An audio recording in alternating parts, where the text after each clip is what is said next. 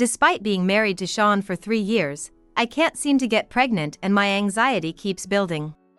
I've tried timing it right and have faced 10 consecutive failures. Seeing me down, Natalie coldly says, "Maybe Chris just isn't cut out to be a mom." A month later, I get a phone call. "I'm pregnant with Sean's child." What? Unable to respond, next Sean and his mother speak over the phone. "I'm going to marry Natalie." A wife who can't even bear children is just dead weight. Their harsh words tear through my heart. I understand. I'll prepare the divorce papers. I'll be staying at Natalie's place for a while. She's got morning sickness and I need to be there for her. After the call ends, I just stand there, stunned, holding my phone. Before I know it, tears are streaming down my cheeks. In my heart, I swear revenge on Sean and Natalie. They dared to trample on my heart. Don't think this is over. I will bring them down to the depths of despair. My name is Chris, a 42-year-old housewife. I met Sean at work and we got married after 3 years. We worked in the same department after he transferred a few years ago. Gradually, I was drawn to his efficient work and diligent nature. Eventually, Sean asked me out, and we got married the following year. Approaching 40, I told Sean I wanted children soon, and he agreed. Having moved to the city right after high school due to my parents not getting along well, I was determined to build a new family on my own. Everyone around me was having children naturally, so I thought it would be easy for me too. But that was a big mistake. Both Sean and I love children, and every time a colleague announces a pregnancy, I can't help but feel envious. One of my subordinates just had his second boy. He's thrilled, but his wife really wanted a girl. Sean returned from work and, while eating the simmered fish for dinner, he shared his thoughts. "I get it.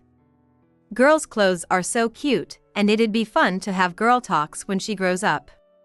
I fondly remembered a children's clothing catalog a colleague had shown me before. Even though there's a strong trend towards gender neutrality these days, boys' clothes still lean towards blues while girls are often in reds or pinks. The baby models dressed in frills and ribbons looked just like angels. Well, for me, I don't really mind the gender. I lowered my voice in response. Yeah. I stared at the cream of spinach I reached for with my fork.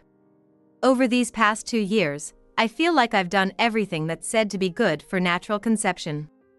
Of course, that includes tracking my menstrual cycle and basal body temperature, and after learning that keeping warm is beneficial, I switched from daily showers to baths. I've also incorporated foods that are good for baby's development like soy, spinach, and liver into our meals. I've heard that zinc is good for reproductive health, so we both take supplements daily. Yet, despite his expressed desire for kids, Sean clearly hasn't been putting in the effort. He declared he would quit smoking, but I caught him sneaking a cigarette during breaks at work, and he refuses homemade lunches, saying a loving wife's lunchbox is just embarrassing whenever I offer because he eats out so much. Eating out too much leads to a lack of vegetables, and that makes it harder to conceive, I tell him, but Sean won't listen. Why? Infertility is a woman's issue, isn't it? I patiently tried to convince him. That's not necessarily true. We should both get checked out at a medical center. They can check everything from the womb and ovaries in women to sperm quality and infections in men. Sean retorted with irritation. Since the woman is the one to give birth, it's a woman's issue. No. Often, the issue could be with the man. That can't be. My mother always said it's the wife's lack of effort. I was so tired of hearing my mother in that context. Once Sean started talking about his mother, I knew he wouldn't listen to anything else. My hunch was right. With a smug look as if it was his own accomplishment, Sean began to chatter away. My mom got pregnant with me just 3 months after getting married. She really wanted a child and prayed every night to my dad and God. Huh? According to Mom, the reason you're not pregnant is because you're not grateful enough to me or God. I almost laughed at that. I understand the eagerness to hold a grandchild with everyone around having one, but I wish she would just leave us alone for a bit. However, it seems like venting to Sean wasn't enough for my mother-in-law. She started driving an hour to our place. She'd show up unannounced on weekends, take over the living room from 5 a.m. until after dinner, and roll with laughter watching TV. "Where's my tea refill? Bring some snacks, can't you? You're not very thoughtful." When she bosses me around like this, it honestly makes me sick. I've had to cancel plans more than once or twice because I was stuck listening to her chatter. "I need your mom to stop these unannounced visits, Sean." Finally, I couldn't take it anymore and pleaded with Sean. She bosses me around and criticizes my housekeeping. And the constant pressure about when we're gonna have kids is just too much. Even my heartfelt plea didn't seem to resonate with Sean. He snapped back irritably. "My mom is just trying to help you with her advice. You just don't get it. Your mom's visits are a huge burden. Stress is the worst enemy of trying to conceive." As I persisted, Sean's expression changed. "You're blaming my mom for our infertility? It's that kind of attitude that's why we don't have kids." "That's terrible, you don't need to say it like that." I couldn't help but tear up, and Sean clicked his tongue and went off to his room. But the next morning, he came to me, looking sorry. "I'm sorry about last night. You know, Mom has been living alone since Dad passed away a few years ago. She's just lonely and wants to see her grandchild soon," Sean said softly. In my heart, I muttered, "So, you're telling me to just put up with it?" I want to complain, but I don't want things to get ugly with Sean, who might someday be the father of my child. With that thought, I always end up holding back what I really want to say. One day, after a while, I met my best friend Natalie at a cafe, and we had a great time chatting. Natalie, who has been my best friend since high school, worked as a web designer for a local company before going independent. She moved to the city around the time I married Sean. She's now contracted with major corporations, including Sean's team, working on important projects. After getting married, I transferred to a different department from Sean's, so I don't know the details, but Natalie is talented and competent, and she's highly regarded by her coworkers. Speaking of which, is your mother-in-law still the same? After the machine gun talk, she asked, and I vented over tea. She's living alone on her pension, so she probably has time to spare, but she drops by on weekends without notice. At least twice a month. Wow, that's a lot. Right? After 2 years, it's just too much. Why don't you just divorce him? Sean always sides with his mom, doesn't he? Natalie said casually, and I just chuckled. I don't like my mother-in-law, but I like Sean. And then I continued. Sean wants a baby too. He says he wants a little girl who looks like Chris, with fair skin and big eyes.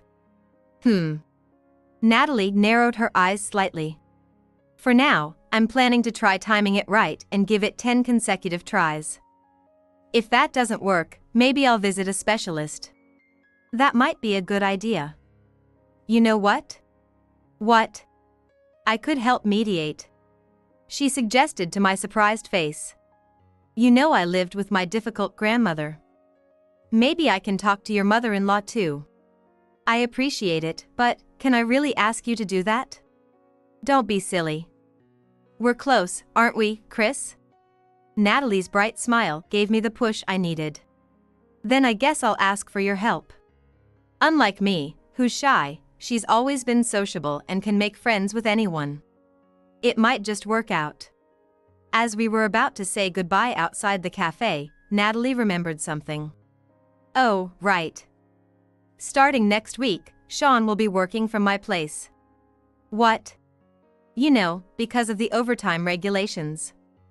He'll continue the work that can't be finished at the office at my house. I was definitely taken aback. But, Natalie, you live alone, right? I mean, I trust you, but... Natalie burst out laughing. Oh, come on, Sean's not my type at all. Okay. I muttered, looking down. Natalie assured me firmly. I'm not so desperate that I'd hit on my best friend's husband.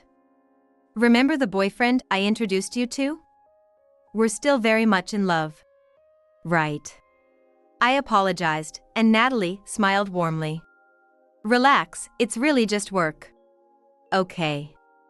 Sorry. The next day, I discreetly asked an acquaintance who works in Sean's department, and it turned out he really did have permission to take work home. If it's true, then it can't be helped. All I can do is trust Natalie and Sean. The following weekend, when my mother-in-law suddenly visited, I messaged Natalie. When I introduced her as my best friend, my mother-in-law initially played nice, but eventually showed her true colors. Chris! Don't make Sean fold laundry. Let him rest on the weekends at least. Then Natalie quickly stepped in. Oh, Chris works full-time too, right? They're in the same boat. But, it's always been decided that housework is a woman's job. Natalie cut off my mother-in-law's faltering words with a smile. These days, husbands who do housework are popular at work too. They are competent and considerate of their wives. That makes them popular from their bosses to their subordinates. Right, Sean? When Natalie turned the conversation to him, Sean looked a bit troubled but intervened on behalf of his mother. Mom, I appreciate how you feel. But I've decided with Chris that we're sharing the household chores. He then began to fold the laundry. In front of his mother, Sean even hates taking away the used dishes, so this was a big step forward. Another time. His mother brought up that Sean's cousin just had their third child and sighed heavily. Chris, are you not having children just to spite me? That's not it. Then Natalie said cheerfully. Mother, you need to relax a bit more or you'll get more wrinkles. The mother-in-law, with eyes wide, heard Natalie continue with an easy smile. It makes sense. Sean is handsome, you are beautiful after all. But if you keep being hard on your daughter-in-law, you'll only get more wrinkles and gray hair. Startled, the mother-in-law touched her face and hair, then fell silent before speaking. Instead of getting angry, her response was unexpected. You're funny. You're much better than gloomy Chris. Really? Thank you. Natalie smiled politely, and Sean, beaming with pride, pulled her close. Natalie is an important business partner of mine. Oh, sounds like work will be productive. After that, my mother-in-law, leaving me out, cheerfully chatted away with Natalie and left in a good mood. Sean excitedly said, Thank you, Natalie, for keeping my mom entertained. Don't mention it. I'm here to chat anytime you need. Then Sean looked at me with a sarcastic smile. This one always manages to upset Mom. Always does things that get on her nerves. Chris is just a bit clumsy. Sean and Natalie chuckled, and I blushed. Of course, Natalie meant no harm, and I knew I should be thankful since she helped me out. But being mocked by the two of them for trying to close the gap with my mother-in-law left me feeling a bit uneasy. Whether Natalie's approach worked or not, after that, my mother-in-law's visits abruptly stopped. At the same time, Sean's work became even more demanding, and he started spending most weeknights at Natalie's place, working until late. One day, Sean, looking very serious, made a proposal. I think I'll cut back on alcohol and cigarettes. I want to watch my diet too, so could you make me lunch? I was surprised by the sudden change of heart, but if he was serious about trying for a baby, it was more than I could hope for. Of course, leave it to me. After that, I started making lunches for two eagerly. However, even though we tried at the most likely times to conceive, there was no sign of pregnancy. After work, I met with Natalie and tearfully shared the situation. 10 tries and still nothing. What's going wrong? Natalie, sipping her herbal tea and crossing her arms, gave a wry smile. Maybe Chris, you just aren't meant to be a mother? I stared at her in shock. Why don't you just give up? It's unfair to Sean. But Sean wants kids too. And my mother-in-law. So? Just do what you want. Natalie said irritably and stood up. I still have work to do. I'm off. Oh, okay. Sorry for keeping you while you're busy. As I walked home puzzled by Natalie's grumpiness, I told Sean, and he looked exasperated. Failed again? I've been helping out despite being busy. When are we going to have a child? It sounded like it was all my fault, and it stung. Let's just go to a fertility clinic to find out if the issue is with either of us. It seems like natural conception is going to be tough for us. Sean's eyes widened at my words. No way, that sounds like a hassle. It's definitely your fault anyway. It's a waste of money and time. Afraid it might be you? Sean glared at me, but I met his gaze without backing down. Shut up. I just hate the whole idea. As our arguments increased and the atmosphere grew tense, about a month later. As I finished preparing dinner and waited for Sean's return, I got a call from Natalie. What's up? Oh well, guess what? I'm pregnant. Wait, Natalie is pregnant before me. I was heartbroken, but I forced a cheerful voice. Congratulations. Is it the boyfriend you mentioned before? No, I broke up with him a long time ago. Oh, I see. So it's someone else. Yes. It's Sean's baby. I was speechless. What? I said, it's Sean's baby. Natalie repeated firmly, making sure I heard every word. My world went dark. The two people I trusted most were having an affair. Before I could say anything, Sean and his mother shouted through the phone. It's clear you're not good enough. So, we're getting divorced. I'm going to marry Natalie. A wife who can't have children is just dead weight. I want you out of my sight quickly. Their cruel words tore through my heart. I understand. I'll prepare the divorce papers. I'll be staying at Natalie's place for a while. She's having morning sickness, and I need to support her. You prepare yourself for the divorce. After saying what he wanted, Sean hung up. I stood there stunned, holding my phone. Tears streamed down my face. Not from sadness, but from sheer frustration. My body shook with anger. I had never been so furious in my life. I bit my lip so hard I almost drew blood and swore in my heart to Sean and Natalie. You dare trample on my heart. Don't think this will just go away. I'll make sure you hit rock bottom. As Sean instructed, I prepared for the divorce and waited a week, but heard nothing. When I called his cell, Natalie answered again. We're at his mother's house right now. Sean doesn't want to go back to you. He doesn't even want to hear your voice. It's funny, considering how lovey-dovey you two were at your wedding 3 years ago. Natalie spoke with dripping sarcasm, but I responded in kind. I don't want to see Sean's face either. But I do want to discuss our future, so I need him to come back just once. If you don't want to see his face, why don't you just leave the house? I'll live here with your mother-in-law and Sean, just the three of us. Oh, are you buying it? It's probably about $600,000. It's a 4-bedroom home on a southwest corner lot with a large yard and parking. Huh? I smiled thinly, wondering if she was even listening. Didn't I tell you before? This land was passed down to me from my grandmother. The house was built with an inheritance. Natalie fell silent. She probably thought it was Sean's house. After a pause, she seemed to gather herself and asked, What do you mean by future discussions? Things like shared property. And I need you to sign the divorce papers. Okay, I'll come. When is good for you? I smirked to myself as she took the bait. While holding back laughter, I explained in a matter-of-fact tone.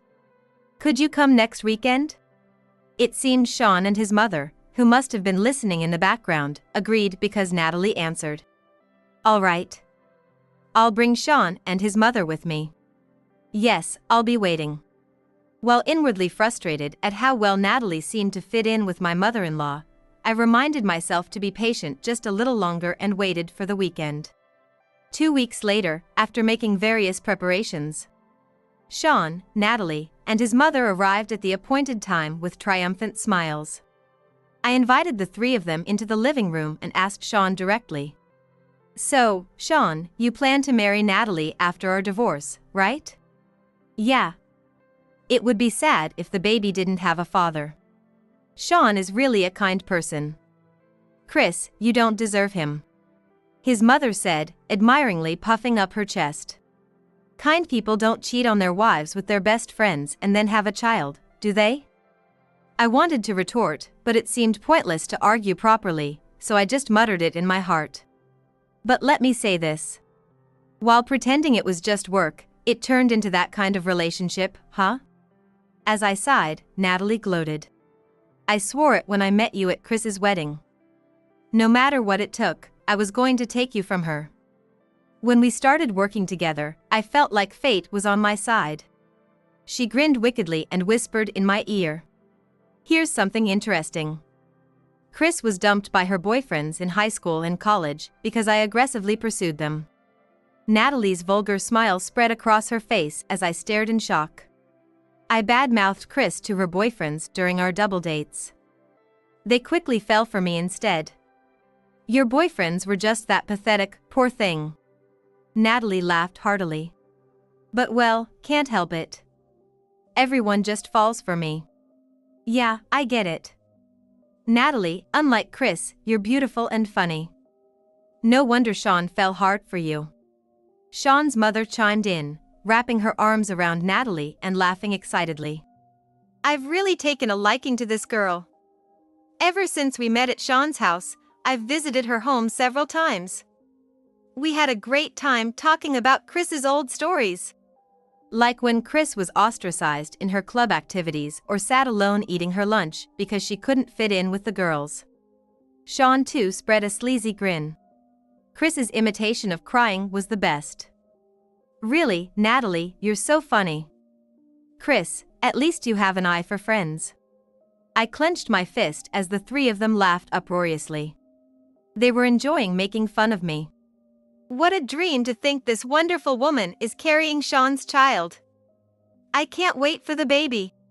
Sean's mother gazed at Natalie's not yet swollen belly, her cheeks flushing. Keep going at this rate and have 4 or 5. I'll support you. His mother declared boldly, and I couldn't help but burst out laughing. Sean and his mother looked puzzled as I shook with laughter and made my excuses. Oh, sorry. I couldn't hold it in. What?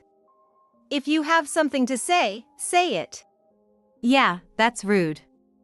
Not that it's anything new. The two of them looked annoyed, and I told them with a smile. Then I'll say it. That child is not Sean's. Natalie tried to appear calm. But I didn't miss the moment her face twitched. What? Stop it, you're just jealous of Natalie. Faced with their skepticism, I decided to show them the proof. I laid out the documents sent from the hospital on the table. Sean looked annoyed, his mother frowned, and Natalie appeared uneasy as they all leaned in to look at the papers. Sperm count, 0. It's called azoospermia. Sean has male infertility. So even if Natalie had a relationship with him, it wouldn't result in a child. Confused and unable to grasp the situation, his mother and a shocked Sean listened as I broke it down for them. Remember, Sean grudgingly agreed to order a pregnancy test kit. 3 days ago, your results came addressed to you, but I accidentally opened it. And this is what it said. I placed my own test results next to it for clarity. All my values were high, well above the standard levels. That meant I wasn't the cause of our infertility. His mother, who had been staring at the paper as if to bore holes into it, turned away with a face like she had bitten into a sour apple. Unable to say a mean word to me. I thought she might burst, and she eventually blushed and shouted. This is a lie. Chris must have fabricated these to malign us. Right, Sean? But Sean just grimaced and looked down. If that's true, then who's the father of the baby? I'd like to know that too. Ah, but maybe you don't even know yourself? As I fiddled with my phone and showed everyone a picture I had pulled up, Natalie's face twisted into a demonic grimace. Where did you get this? She leaned forward as if she was about to grab me by the collar. I smirked and told her. I have other friends too. Are these all the potential dads, I wonder? Are they all potential dads? His mother screamed almost like a wail. Sean was speechless. And for good reason. Images showed Natalie arm in arm with various men, entering and exiting hotels. 6 different men in total. I told a coworker when I heard Sean was working at Natalie's place. Then I was warned that woman seduces married men from client companies one after another, so be careful. She always targeted men from other companies so Sean wouldn't find out. I confronted her while looking directly at Natalie.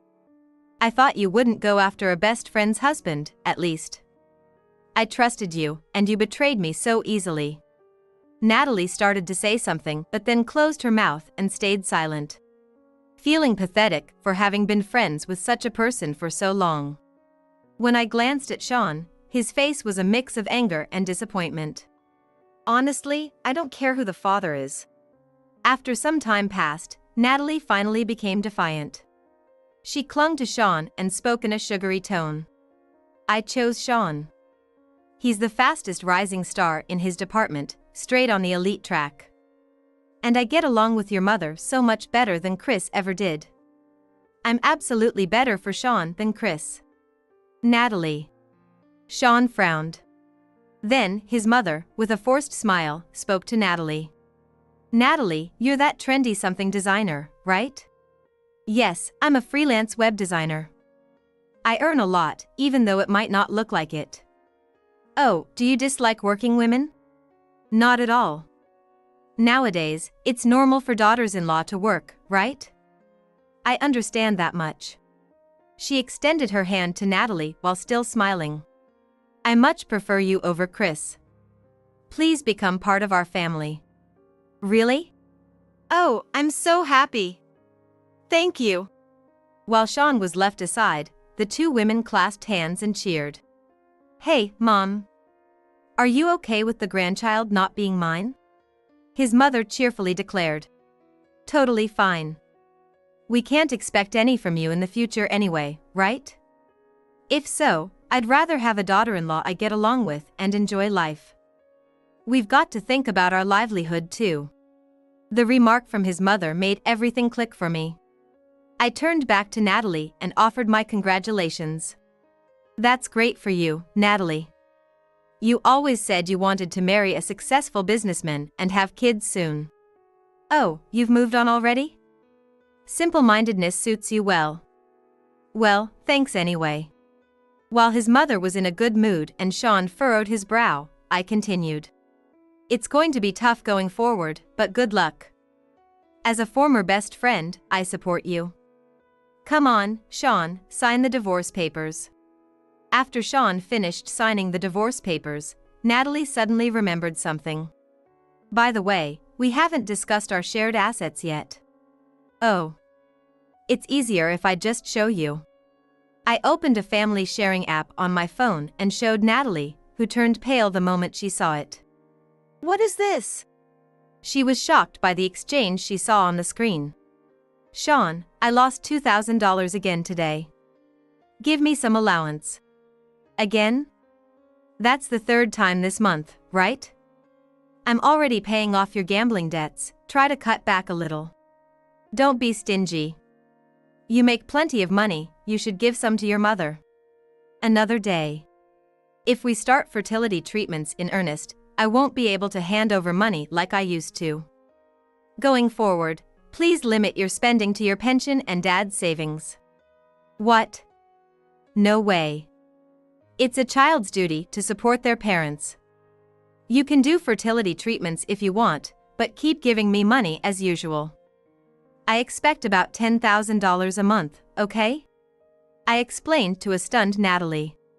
They accidentally sent this personal exchange in a group message. I was shocked when I saw it. No wonder Sean was reluctant about fertility treatments. I took a deep breath and glared at his mother. After rushing to have children, you have the audacity to ask your child for gambling money. What a mother! You're annoying. It's none of your business. Right, it's no longer my business. So good luck, Natalie. I patted a dazed Natalie on the shoulder. You get along so well with your mother-in-law, you'll probably end up being milked for money. Do your best. But, the debt is part of the marital assets, right? Natalie looked at me, her voice trembling with fear. I've taken steps to renounce the debt. Oh, and since Sean dipped into our savings too, he'll be repaying that along with the alimony. I stated sharply, and Natalie's forehead vein popped in anger. She stood up quickly, raising her voice angrily. What? You must be joking. I chose him because I thought I could live luxuriously. Why should I have to deal with his mother's debts? Natalie. Sean said, wide-eyed, as Natalie glared at him furiously. That's it, I'll raise the child by myself. You just keep cozying up to your mama as usual. With that, Natalie stormed out, slamming the door behind her. His mother, who had been staring blankly at the doorway, puffed her cheeks. What the heck? Such a rude girl! She exclaimed. By her side, Sean fidgeted, and then suddenly bowed deeply to me. I'm sorry, Chris. It was all my fault. She came on strong, and I got carried away. I've realized now that I truly only love you. His mother quickly added her own apology. Yes, that's right. We were deceived. I never thought she was that kind of person. So please reconsider the divorce. She laughed nervously and wrung her hands. I even finished the procedures to sell the house. We were supposed to move into Natalie's place tomorrow, so this sudden change is really inconvenient. Mom, selling the family home is news to me. Wait, did you lose at the races again? Or was it another impulsive buy? Sean asked, turning pale. His mother blushed and lifted her new purse to show off. Look, it's the latest bag. Pretty, isn't it? Sean covered his face and groaned. Not again? Give me a break. She thought your house was too run down, wanted to move to something nicer. If Natalie's place is no good, maybe a high-rise or something. This place is pretty nice, too. She said arrogantly, scanning the room. Chris is kind, she won't abandon us. Let's forget what happened and stay together. His mother said brazenly. Rage boiled up from deep within me. Don't joke around. You're the ones who wanted a divorce. Sean, make sure you move your stuff by this weekend. Otherwise, I'm throwing it all out. I'm apologizing here. Can't you compromise a little? You're so cold. Let's handle the rest through our lawyers. I'm done here, you can go now. I hurried Sean and his displeased mother out of the house. Natalie and Sean's careers had seemed promising, but after the wives of the men Natalie had involved herself with complained to their superiors, the project was cancelled. Natalie was fired, ending her association with our company. After paying alimony to me and the other wives from her savings, Natalie tried to find a job as if nothing had happened. However, her bad reputation had spread throughout the industry, and she was unable to find employment anywhere. She couldn't pay her condo mortgage anymore and had to move to an old apartment. After giving birth, she placed her baby in daycare and struggled to make ends meet by working multiple part-time jobs. Sean, too, found it uncomfortable to stay at his job after his affair was exposed and quit. To pay for his mother's shopping habits, he reluctantly sold their family home and moved with her into a shabby apartment. After changing jobs to a smaller company, Sean depleted his savings compensating me for our joint savings and paying alimony, making his life even harder. His mother didn't help around the house and indulged in gambling instead. Constant fights between mother and son led their landlord to threaten eviction due to noise complaints. Freed from the obsession of having to have children quickly, I felt lighter. I returned to full-time work and threw myself more into my job than ever before. The following year, I was promoted to supervisor. Eventually, a younger colleague proposed, and after dating, we got married. Soon after, I became pregnant and was blessed with a lovely daughter. My in-laws were wonderful people, and now I have a warm and loving family. Through interactions with my adorable child, my in-laws, and my husband, I cherish my daily happiness.